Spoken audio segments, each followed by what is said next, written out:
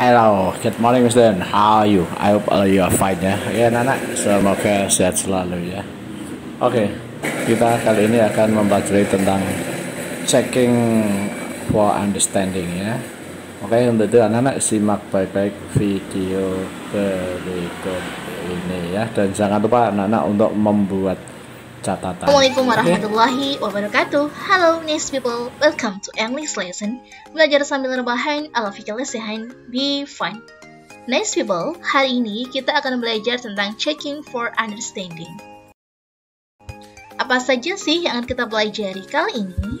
Yang akan kita pelajari kali ini adalah yang pertama tentang checking for understanding atau ngecek. Paham nggak sih? Yang kedua tentang showing for understanding atau menunjukkan kepemahaman. Dan yang ketiga adalah lack of understanding atau menunjukkan ketidakfahaman. Mari kita bahas satu persatu. Yang pertama ada checking for understanding. Jadi, ketika kita memberikan penjelasan kepada orang lain, kita pasti pengen dong info yang kita berikan ini bisa dia pahami oleh orang tersebut. Nah, untuk itu kita butuh ngecek nih, apakah orang tersebut itu sudah paham atau belum. Nah, ungkapan ngecek dia sudah paham atau belum, misalnya, kamu sudah paham kan? Gimana? Ngerti? Kamu paham kan maksud aku? Itu namanya adalah ekspresi dari checking for understanding. Di dalam bahasa Inggris, expression of checking of understanding lazimnya menggunakan do you understand? Apa kamu paham? Do you know what I mean? Apa kamu tahu apa maksudku? Do you know what I'm saying? Apa kamu tahu apa yang aku katakan? Do you know what I'm talking about? Apa kamu tahu apa yang aku bicarakan? Is it clear? Paham kan? Got it? Ngerti? Are you with me? Apa kamu paham? Do you get my point? Apa kamu paham? Do you follow me? Apa kamu mengerti? Dan juga, you know, kamu tahu kan? Sedangkan untuk showing for understanding adalah ketika kita diberi penjelasan oleh orang lain dan kita ditanya apa kita sudah paham atau belum.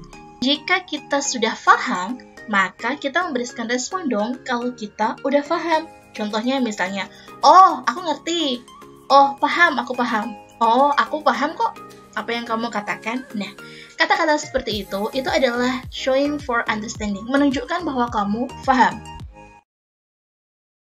Di dalam bahasa Inggris, ekspresi yang biasa digunakan dalam showing for understanding biasanya adalah I understand, aku paham. I know what you mean, aku tahu apa maksud kamu. Gotcha, aku ngerti. I get it, aku paham. I'm with you, aku ngerti. I hear you, aku dengar atau aku paham. I see, aku ngerti kok. I know, aku tahu. Nah, kamu bisa menggunakan salah satu ekspresi dari ini supaya kamu tidak monoton selalu I understand saja, ya. Kamu bisa menggunakan I get it, kamu bisa menggunakan I see, kamu bisa menggunakan I'm with you, dan lain sebagainya. Berikutnya adalah lack of understanding. Ketika kita diberi penjelasan orang lain dan ditanya apa kita sudah paham atau belum, dan ternyata kita belum paham, maka kita juga memberikan respon kalau kita belum paham. Nah, contohnya misalnya kayak, maaf, aku kurang paham nih. Sorry, bisa diulangi lagi nggak? Nah, contoh-contoh seperti itu adalah menunjukkan sebuah ketidakpemahaman atas penjelasan orang lain. Di dalam bahasa Inggris, lazimnya menggunakan I don't understand, aku nggak paham. Again, please, tolong diulangi. I'm not sure I know what you mean, aku nggak yakin aku tahu maksud kamu. I'm not sure I get your point, aku nggak yakin aku tahu maksud kamu. I don't get it, aku nggak ngerti. I don't get your point, aku nggak paham. What do you mean? Aku maksud kamu. I don't follow you. Aku nggak paham. Sekarang kita lanjut ke contoh conversation-nya yuk. Ini ada dua orang yang sedang bercakap-cakap. Ada Jono dan juga Jupri. Kita mulai dari yang pertama. Jono, Have you finished the assignment from Miss Jenny? Apakah kamu sudah menyelesaikan tugas dari Bu Jenny? Jupri bilang, not yet, belum. I'm still confused in answering some question. Saya masih pusing nih ngejawab beberapa pertanyaan, especially changing the verbs to active sentence into passive or vice versa. Spesialnya, khususnya mengubah verb dari kalimat aktif menjadi kalimat pasif ataupun sebaliknya. Jono, oh that's one, oh itu. Before you change the sentence to passive or active, sebelum kamu mengubah kalimat menjadi kalimat pasif ataupun kalimat aktif, please make sure what kind of sentence is it. Tolong pastikan dulu jenis kalimatnya ini apa.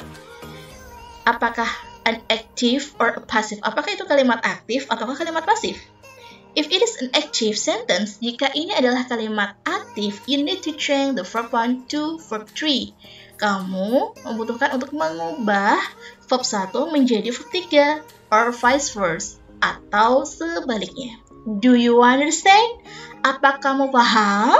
Jupri bilang, yeah, I understand. What you are saying? Aku paham kok apa yang kamu katakan. Thanks, Juno. Terima kasih, Juno. Juno bilang, that's okay, sama-sama. Nah, itu dia adalah contoh bentuk conversation yang menggunakan ekspresi dari checking for understanding dan juga showing for understanding. Yang mana sih ekspresinya? Ada kata do you understand? Apakah kamu paham? Nah, do you understand ini adalah expression of checking for understanding. Sedangkan kalimat I understand what you are saying, aku paham apa yang kamu katakan, berarti ini menunjukkan sebuah kepemahaman. Ini adalah expression of showing for understanding. Berikut ini adalah rangkuman dari expression of checking for understanding, showing for understanding, and lack of understanding.